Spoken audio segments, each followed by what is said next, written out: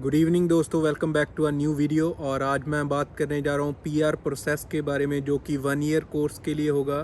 तो आज इस वीडियो में मैं पीआर की जो स्टेप्स हैं उनके बारे में बात करूँगा 1 ईयर कोर्स के लिए, और क्या प्रोसेस रहता है, कितना टाइम लगता है, और क्या बेनिफिट्स हैं और क्या ड्रॉबैक्स हैं 1 ईयर कोर्स के, उसके बारे में बात करूँगा। तो वीडियो को एंड तक ज़रूर देखिएगा, क्योंकि ये क्वेश्चंस बहुत लोगों के द्वारा पूछे गए हैं। तो ये वीडियो आपको बहुत सारे डाउट्स क्लियर कर देगी। तो मैं वीडियो को शुरू करता हूँ। सबसे पहले मैं आता हूँ स्टडी के ऊपर। तो आपको कम से कम यहाँ पे 1 साल की स्टडी पिक करनी होती है वर्क परमिट के लिए। 8 महीने की स्टडी जो है यहाँ पे इमिग्रेशन रूल्स के हिसाब से 1 साल की काउंट होती है। तो कम से कम आपका कोर्स जो है वो 8 महीने का होना चाहिए अगर आपको वर्क परमिट लेना है। और 8 महीने का अगर आप कोर्स पिक करते हो तो 1 साल का वो काउंट होगा इमिग्रेशन गाइडलाइंस के हिसाब से, और आपको 1 साल का ही वर्क परमिट मिलेगा। तो ये है कम से कम लेवल ऑफ स्टडी जो आपको चाहिए होगा वर्क परमिट के लिए एलिजिबल होने के लिए। उसके बाद अगर मैं फ़ीस की बात करूं तो 1 साल की आपकी फ़ीस $16,000 के करीब लग जाएगी। 8,000 एवरेज पर सेमेस्टर फ़ीस होती है। तो 8,000 एक सेमेस्टर की और 8,000 नेक्स्ट की, तो 16,000 कैनेडियन डॉलर्स फ़ीस बन जाती है आपकी एक कोर्स की, 2 सेमेस्टर्स की। तो ये 16,000 कैनेडियन डॉलर्स अगर मैं इंडियन हिसाब से बताऊं तो ये अराउंड 8.5 लाख के करीब पड़ जाती है सिर्फ फ़ीस।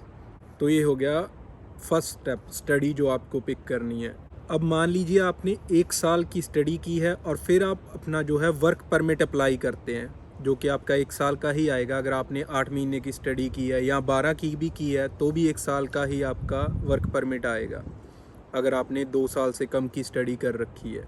अगर आपने 16 महीने की स्टडी करते हो तब आपका 3 साल का वर्क परमिट आएगा, क्योंकि 8 महीने के कोर्स को 1 साल का गिना जाएगा और नेक्स्ट 8 को फिर 1 साल का काउंट होगा। तो इसमें आपका जो है वर्क परमिट वो 3 साल का आता है। अब अज्यूम करते हैं कि आपने 8 महीने की स्टडी की है और उसके लिए वर्क परमिट अप्लाई कर दिया है, जिसको आने में आलमोस्ट 3 से 4 महीने लग जाते हैं। तो आपके पास वो 3 से 4 महीने हैं और 1 साल का जो आपका वर्क परमिट है वो है। तो ये लगा लीजिए आपके पास 1 साल 4 महीने का टाइम है 1 साल का वर्क एक्सपीरियंस कंप्लीट करने के लिए। कैनेडियन वर्क एक्सपीरियंस नॉक 0 ए या बी लेवल का, सिर्फ ये 3 लेवल्स की पोजीशंस पे आपको 1 साल का वर्क एक्सपीरियंस कंप्लीट करना है, ताकि आप अपनी फ़ाइल जो है कैनेडियन एक्सपीरियंस क्लास कैटेगरी में लगा सको, जिसका ड्रॉ बहुत लो जाता है। तो उसी में ज़्यादातर स्टूडेंट्स जो हैं वो यहाँ पे अप्लाई करते हैं। तो इस टाइम के दौरान ये जो आपका 1 साल का एक्सपीरियंस और ये जो आपके पास 3-4 महीने आपको अप्लाई करने के दौरान मिल जाते हैं, तो इस टाइम में आपको एक तो एक्सपीरियंस अपना कंप्लीट करना है 1 साल का, और दूसरा आपको आइल्स देना है अपना, जनरल आइल्स। तो उसका स्कोर जो है वो आगे आपको ज़रूरत पड़ेगी। और तीसरी चीज़ जो आपको करनी है, अपनी जो इंडियन एजुकेशन है उसको एवेलुएट कराना है कैनेडियन लेवल के हिसाब से। तो उसके लिए वर्ल्ड एजुकेशन सर्विसेज है जो कि एवेलुएट करती है आपकी इंडियन एजुकेशन को। तो आपको उनसे अप्लाई कर देना है अपनी इंडियन एजुकेशन को एवेलुएट करवाने के लिए।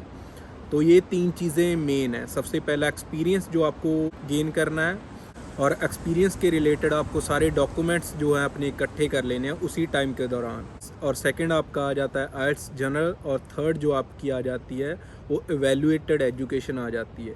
तो ये चीज़ें आपने कंप्लीट कर ली। उसके बाद जब आपका 1 साल का एक्सपीरियंस पूरा हुआ, आप अपनी एक्सप्रेस एंट्री में प्रोफाइल बना देंगे। तो प्रोफाइल के दौरान आपको सिर्फ बताना होता है कि मेरी एज ये है, मेरे पास ये हाईएस्ट एजुकेशन है, ये मेरा आइल्स में स्कोर है। तो ये सारी डिटेल्स आप उनको बताओगे, फिर आपकी प्रोफाइल क्रिएट हो जाती है। और प्रोफाइल क्रिएट होने के बाद जो है ड्रॉ निकलता है। हर महीने 2 ड्रॉ निकलते हैं 15 दिन के बाद। तो 15 दिन के बाद फर्स्ट ड्रॉ, 15 दिन के बाद सेकंड ड्रॉ। मान लीजिए फर्स्ट ड्रॉ में ही आपका जो स्कोर है वो सही बन गया, तो आपको इनविटेशन आता है, इनविटेशन टू अप्लाई, उसे ITA बोलते हैं। तो इनविटेशन टू अप्लाई, उसके बाद फिर आपने जो जो प्रोफाइल में अपनी में बताए हैं कि मेरे पास ये एजुकेशन है, ये आइल्स स्कोर है, तो वो सारे डॉक्यूमेंट्स आपको उसमें सबमिट करने होते हैं। जब आपका लास्ट डॉक्यूमेंट सबमिट हो जाता है, जब आपने कंप्लीट कर दिया, सारे डॉक्यूमेंट सबमिट कर दिए, तब आपको AOR आती है, जिसे एक्नॉलेजमेंट ऑफ रिसिप्ट बोलते हैं। यह कि आपकी प्रोफाइल कंप्लीट है। फिर आपकी प्रोसेसिंग स्टार्ट होती है। फिर उस प्रोसेसिंग को 6 से 8 महीने लग जाते हैं। वो आपके सारे डॉक्यूमेंट्स वेरीफाई करते हैं और डॉक्यूमेंट्स वेरीफाई करने के बाद आपको कन्फर्मेशन ऑफ पीआर आती है। तो ये 2 साल का प्रोसेस हो जाता है। 1 साल का आप एक्सपीरियंस गेन करने में लगा देते हो, उसके बाद आपके डॉक्यूमेंट्स वेरीफाई करने, आपको इन्विटेशन आना, ये सारा प्रोसेस कर कर आके आपका 2 साल का हो जाता है।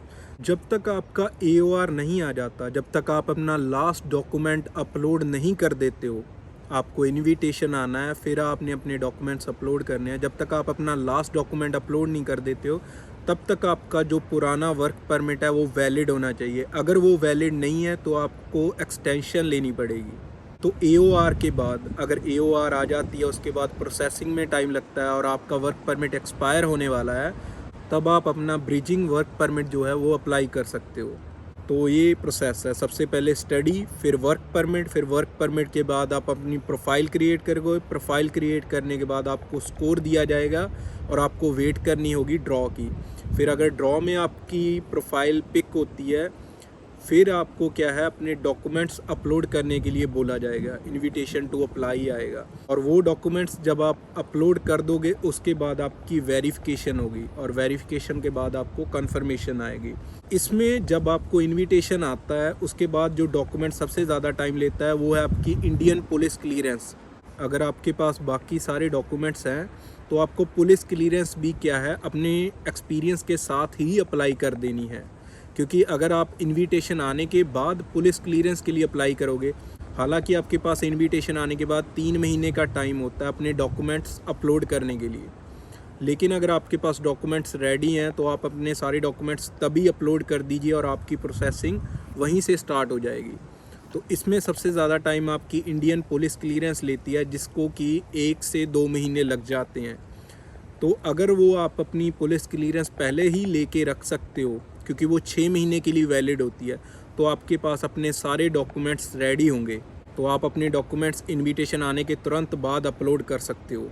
तो आपकी एओआर जल्दी आ जाएगी, और एओआर अगर जल्दी आ गई तो आप ब्रिजिंग वर्क परमिट के लिए अप्लाई कर सकते हो, फिर आप एलिजिबल हो यहाँ पे वर्क करने के लिए। तो इस चीज़ का ख़ास ध्यान रखिएगा। अब मैं आता हूँ बेनिफिट्स पे और ड्रॉबैक्स पे 1 ईयर कोर्स के। बेनिफिट तो आपको पता ही है कि आपका टाइम कम लगता है, लेस एक्सपेंसिव है और कम एफर्ट लगता है इसमें। अब मैं आता हूँ इसके ड्रॉबैक्स पे कि इसके ड्रॉबैक्स क्या हैं, क्या क्या रिस्क फैक्टर्स हैं 1 ईयर कोर्स के साथ, ताकि आप जो है अपनी वैल्यूएट कर सको कि ये वर्दी है या नहीं आपको 1 ईयर कोर्स लेना, या आपको सेकंड कोर्स पिक करना चाहिए। सबसे पहला रिस्क फैक्टर ये है कि अगर आप अपना 1 साल का एक्सपीरियंस गिवन टाइम में पूरा नहीं कर पाते हो तो आपको एक्सटेंशन लेनी पड़ती है, और उस एक्सटेंशन के लिए आपको एम्प्लॉयर से LMI लेनी पड़ती है। तो अगर आपको सिर्फ 1 साल का कोर्स पिक करना है तो आप अपनी जॉब जो है वो रेडी रखिए। आप स्टडी करते टाइम कहीं पे पार्ट टाइम कर रहे हैं तो आप उन्हीं से बात कर लीजिए। अगर वो आपको NOC 0 A या B की पोजीशन ऑफ़र करते हैं तो आप अपनी स्टडी ख़त्म करते ही वहाँ पे अपना एक्सपीरियंस शुरू कर दीजिए, जिससे कि आपका टाइम वेस्ट ना हो। तो ये चीज़ है इस रिस्क को अवॉइड करने के लिए, अगर आप 1 साल में अपना एक्सपीरियंस नहीं पूरा कर पाते हो। तो सेकंड पॉइंट पे मैं आता हूँ। तो इसके लिए अगर आपको सिर्फ 1 ईयर का कोर्स करना है तो इसके लिए कम से कम आपके पास ग्रेजुएशन तो होनी चाहिए। अगर आपके पास ग्रेजुएशन भी नहीं है, अगर आपके पास सिर्फ 12th है, तो ये बहुत ज़्यादा रिस्की होगा 1 ईयर का कोर्स पिक करना, क्योंकि आपके पॉइंट्स नहीं बनेंगे। ग्रेजुएशन के साथ भी थोड़ा रिस्की रहता है। अगर आपके पास मास्टर्स है तो ये गुड ऑप्शन है। अगर आपके पास मास्टर्स के साथ एक्सपीरियंस है, फिर आपके लिए ये सही ऑप्शन है 1 ईयर का कोर्स, क्योंकि आपके पास मास्टर्स के पॉइंट्स होंगे, इंडियन एक्सपीरियंस के पॉइंट्स होंगे और यहाँ की स्टडी के पॉइंट्स होंगे, तो आपके पॉइंट्स बन जाते हैं। लेकिन अगर मैं सिर्फ ग्रेजुएशन की बात करूँ तो थोड़ा रिस्की है, और 12th पास के लिए तो मैं ये रेकमेंड ही नहीं करूँगा कि 1 ईयर का कोर्स पिक करें वो। थर्ड पॉइंट पे मैं आता हूँ कि अगर आपके कहीं से पॉइंट कम हो रहे हैं, अगर आपने सिर्फ ग्रेजुएशन कर रखी है या मास्टर्स कर रखी है और एक्सपीरियंस नहीं है, तो उन पॉइंट्स को कवर करने के लिए आपको आइल्स में स्कोर अच्छा करना पड़ेगा। अगर आप कॉन्फिडेंट हो कि आप अपने आइल्स जनरल में स्कोर अच्छा कर सकते हो तो आप ज़रूर ये कोर्स पिक कर सकते हैं। और लास्ट पॉइंट जिसका आपको ध्यान रखना है वो एज का। अगर आपकी एज 30 को टच कर रही है, 30 पे टच करते ही आपके पॉइंट्स जो हैं वो कम होना शुरू हो जाएंगे। मेरे हिसाब से 5 पॉइंट आपके 30 पे गिर जाते हैं और 31 पे 10 पॉइंट और गिर जाते हैं। तो इसके बाद आपके पॉइंट्स जो हैं वो कम होना शुरू हो जाते हैं। तो इस चीज़ का भी ध्यान रखिएगा आप कोर्सेज़ पिक करते टाइम।